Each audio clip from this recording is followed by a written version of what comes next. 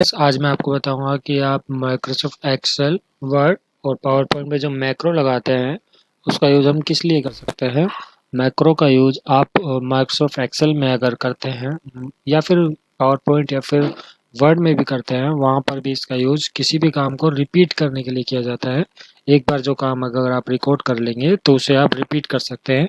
जैसे कि कोई टेबल आप बनाते हैं और आपको चाहिए कि वही टेबल का फॉर्मेट आप दोबारा बनाना चाहते हैं, तो वहाँ से आप माइक्रो का यूज़ करके उसे रिकॉर्ड करके दोबारा उसे सिर्फ और सिर्फ अपने कीबोर्ड के एक शॉर्ट की बनाई जाती है माइक्रो में, उसको दबाकर सीधे उस फॉर्मेट को दोबारा ला सकते हैं, दोबारा पेस्ट कर सकते हैं। तो आओ फ्रेंड्स, अब हम देखते हैं कि मैक्रो का यूज़ हम किस तरह से कर सकते हैं। मैक्रो का यूज़ बेसिकली आपको ये बता दूं, आप सोच रहे होंगे कि आप डायरेक्ट भी तो ऐसा कर सकते हैं फॉर्मेट वगैरह को। हाँ, लेकिन कर सकते हैं, लेकिन आप बार बार ऐसा काम नहीं कर सकते। आपको बार बार कॉपी करना होगा, फिर पेस्ट करना होगा। लेकिन कीबोर्ड की सहायता से आप इसमें कई शॉर्ट की बनाकर उस मैक्रो की जो बेसिक फॉर्मूला है उसमें जो लगा हुआ है उस टेबल में, उसको भी आप आराम से पेस्ट कर सकते हैं। तो मैं इसको आप बता देता हूँ, आपको फिर समझ में आ जाएगा। तो सबसे पहले मैं आपको दिखा देता हूँ कि मैक्रो को स्टार्ट करने के लिए आपको सबसे पहले कॉर्नर में आना होगा एक्सेल के। उसके बाद आपको एक्सेल ऑप्शन दिख रहा है, इस पर क्लिक करने के बाद आपको यहाँ पर show developer tab in the ribbon, इसको आपको राइट क्लिक करना है। जैसे कि ये राइट क्लिक यहाँ पर चिन्ह आना चाहिए। ठीक है फ्रेंड्स, इसके आपको डेवलपर ऑप्शन मिल जाएगा माइक्रोसॉफ्ट एक्सेल में, जो कि आपको ऊपर दिख रहा होगा। ये डेवलपर ऑप्शन आ जाएगा। इस डेवलपर ऑप्शन पे आने के बाद आपको यहाँ पर क्लिक करना है और अपने माउस को लेफ्ट साइड पर ले जाना है। यहाँ पर आपको मैक्रो का जो पार्ट है वो आपको दिख रहा होगा, जो कि कोड के एक ब्लॉक बना हुआ है उसके अंदर है। यहाँ पर आपको रिकॉर्ड मैक्रो कर दिख रहा होगा, यहाँ पर मैक्रोज दिख रहे होंगे। यहाँ पर क्लिक करने के बाद आपको जितने मैक्रोज आपने बनाए हैं उनके नेम्स यहाँ पर रो वाइज आ जाएंगे। तो अब हम देखते हैं कि ये यूज ऑफ रिलेटिव रेफरेंस, ये इस पर आपको क्लिक करना जरूरी है। मैक्रो बनाने से, रिकॉर्ड करने से पहले रिकॉर्ड आपको ऊपर करने के लिए ऑप्शन दिख रहा होगा। यहाँ पर आपको यूज रिलेटिव ऑफ रेफरेंस पर हमेशा क्लिक करके रखना है, क्योंकि अगर ये आप यूज नहीं करेंगे तो आप जिस भी टेबल में मैक्रो लगाएंगे तो उसी में बार बार लगता रहेगा, जिससे कि आपको परेशानी हो सकती है, टेबल गलत भी हो सकती है। अगर आपको सेम टेबल में ही बार बार मैक्रो लगाना है तो आप इसको नहीं यूज़ करें। नहीं तो अगर आपको दूसरी टेबल भी बनानी है जिसमें कि मैक्रो लगाना है तो आप इस पर क्लिक ज़रूर करें। ये क्लिक करना आपके लिए क्यों ज़रूरी है इसके बारे में आपको बाद में पता लग जाएगा। तो मैं आपको मैक्रोस लगाना दिखा देता हूँ कि आपको रिकॉर्ड कैसे करना है मैक्रो। सबसे पहले आपको एक बात याद रखनी है मैक्रो स्टार्ट करने से पहले, कि आपको उसका स्टार्टिंग पॉइंट बताना होगा कि आप कहाँ से रिकॉर्ड करना चाहते हैं मैक्रो को। तो स्टार्ट करने के लिए सबसे पहले आपको वो स्टार्टिंग पॉइंट पर अपने जो एरो को है उस सेल को सिलेक्ट करना है जहाँ से मैक्रो आपको चाहिए। तो मेरे को 101 से चाहिए तो मैं 101 को सिलेक्ट कर लिया। इसके बाद मैं रिकॉर्ड मैक्रो पर दबा देता हूँ। आप यहाँ से मैक्रो का नाम या फिर मैक्रो 5 रहने दीजिएगा, जो आपको अकॉर्डिंग आप चाहिए नेम वो आप यहाँ से ले सकते हैं। आप शॉर्टकट की अगर आप चाहते हैं कि आपके मैक्रो के लिए शॉर्टकट की बने, लेकिन वो शॉर्टकट की लेनी है आपको जो माइक्रोसॉफ्ट एक्सेल में यूज़ नहीं हो रही है, तो आपको वो शॉर्टकट की लेने के लिए मैंने जिससे की शॉर्टकट की ली है, आप शिफ्ट के साथ कोई भी की ले सकते हैं, क्योंकि वो मैक्रो में ज़्यादातर माइक्रोसॉफ्ट एक्सेल में यूज़ नहीं हो रही होती है। तो शिफ्ट के साथ मैं जैसे कि एक्स ले लेता हूँ। ये मेरी मैक्रो 5 के लिए मैंने ये लिया है। तो मैं यहाँ पर ओके दबा दूंगा। मैंने मैक्रो बनना मेरा स्टार्ट हो गया है। देखिए स्टॉप रिकॉर्डिंग आ गया है, यहाँ पर रिकॉर्डिंग स्टार्ट हो गई है। तो अब मैं इसमें कुछ रोज इंसर्ट कराऊंगा मेरी टेबल के लिए।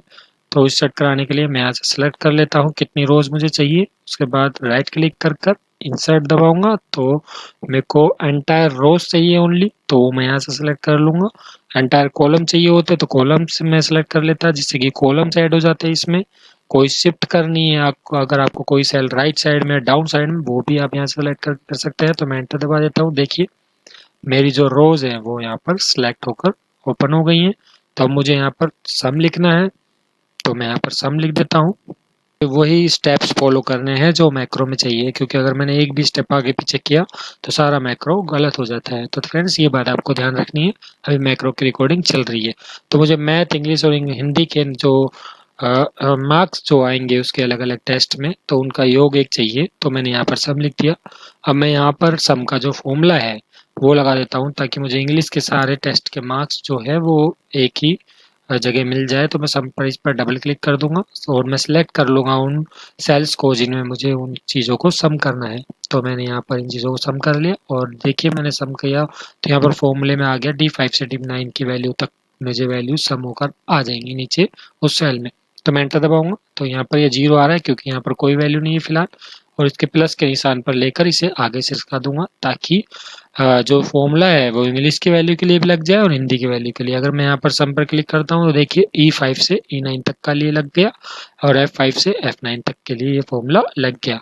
आप इसी तरह रो में और कॉलम में नीचे की तरफ प्लस के निशान से नीचे लाकर इंक्रीज कर उसे उस सेल्स को, तो आप ये फॉर्मूला सारे सेल्स रोज और कॉलम में लग जाता है। तो ठीक है, जैसे कि यहाँ पर रोज में इस रो में लग गया सारे इस रोज को सिलेक्ट करने के बाद। ठीक है फ्रेंड्स, अब ये मेरा मैक्रो यहाँ पर लग गया। अब मुझे कुछ हाईलाइट करना है इस सम के पार्ट्स को, तो हाईलाइट करने के लिए मैं इनको सिलेक्ट कर लेता हूँ। सबसे पहले इनको सिलेक्ट कर लिया मैंने और होम पर गया और इसके बैकग्राउंड को येलो और इनके जो वैल्यूज है जो अंदर उनको मैंने रेड कर दिया। ठीक है फ्रेंड्स, अब मेरे मैक्रो ये कंप्लीट हो गया। अब मैं डेवलपर जाकर इस मैक्रो को स्टॉप कर देता हूँ क्योंकि मेरी इतना ही था, बस इतना ही करना था मुझे, कोई वैल्यूज अभी नहीं डालनी थी। अगर मैं यहाँ पर वैल्यू डालूंगा तो फिर वो भी सेम की सेम दूसरे जो टेबल में मैं इसे कॉपी करूंगा वहाँ पर ही आ जाएगी, तो वो मुझे नहीं करना। तो मुझे यहाँ पर मैक्रो लगाना है सेम का सेम। तो मेरे पास जो शॉर्टकट की मैंने बनाई थी वो अब मेरा रिकॉर्ड मैक्रो खत्म हो गया है। ठीक है, मैंने जो रिकॉर्ड था मैक्रो कर चुका हूँ, तो अब मुझे दूसरी टेबल बनानी है सेम की सेम। तो मैं कंट्रोल शिफ्ट और एक्स दबाऊंगा तो देखिए वो सेम की सेम जो टेबल है वो नीचे भी बनकर आ गई है। अगर मैं थर्ड में लगाऊंगा तो कंट्रोल शिफ्ट और एक्स दबाऊंगा तो सेम ये टेबल भी यहाँ पर आ जाएगी। कंट्रोल शिफ्ट और एक्स दबाऊंगा तो सेम यही पार्ट मेरी फोर्थ वाले टेबल है संजय के लिए वो भी बन जाएगी।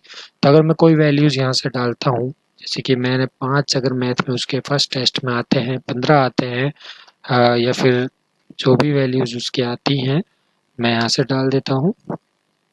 तो देखिए अब मैं यहाँ से इसका सम होता जा रहा है नीचे, मुझे कोई फॉर्मूला लगाने की ज़रूरत नहीं है। इस तरह से आप कोई भी बैलेंस शीट या फिर कोई भी अपने स्कूल कॉलेज की मार्कशीट वगैरह या फिर बिलिंग वगैरह में आप इसका यूज़ कर सकते हैं। आपको एक बार जो काम आप कर देंगे उसके बाद आपको दोबारा उसके लिए टेंशन लेने की ज़रूरत नहीं पड़ेगी। इस प्रकार से आप बना सकते हैं। तो फ्रेंड्स आप इस तरह से मैक्रो अपने टेबल्स में या फिर कोई भी अदर वर्क जो आपको रिपीट करना है वो आप आसानी से कर सकते हैं, जैसे कि मैं कर रहा हूँ।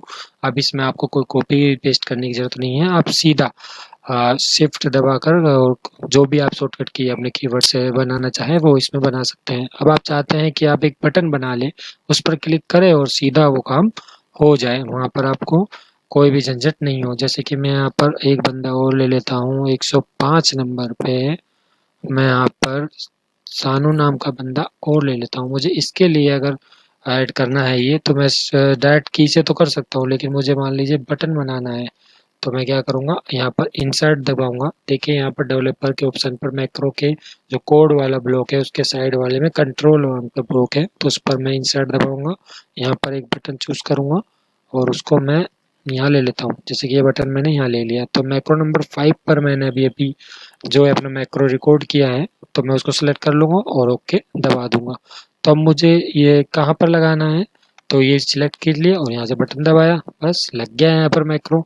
इसी तरीके से अगर मैं किसी 106 नंबर के बंदे को भी ले लेता हूँ तो वहाँ पर भी लगा सकता हूँ मैं इसको बिल्कुल ईजीली। जैसे 106 नंबर वाला बंदा लिया तो उसमें लगाया तो वहाँ भी लग गया।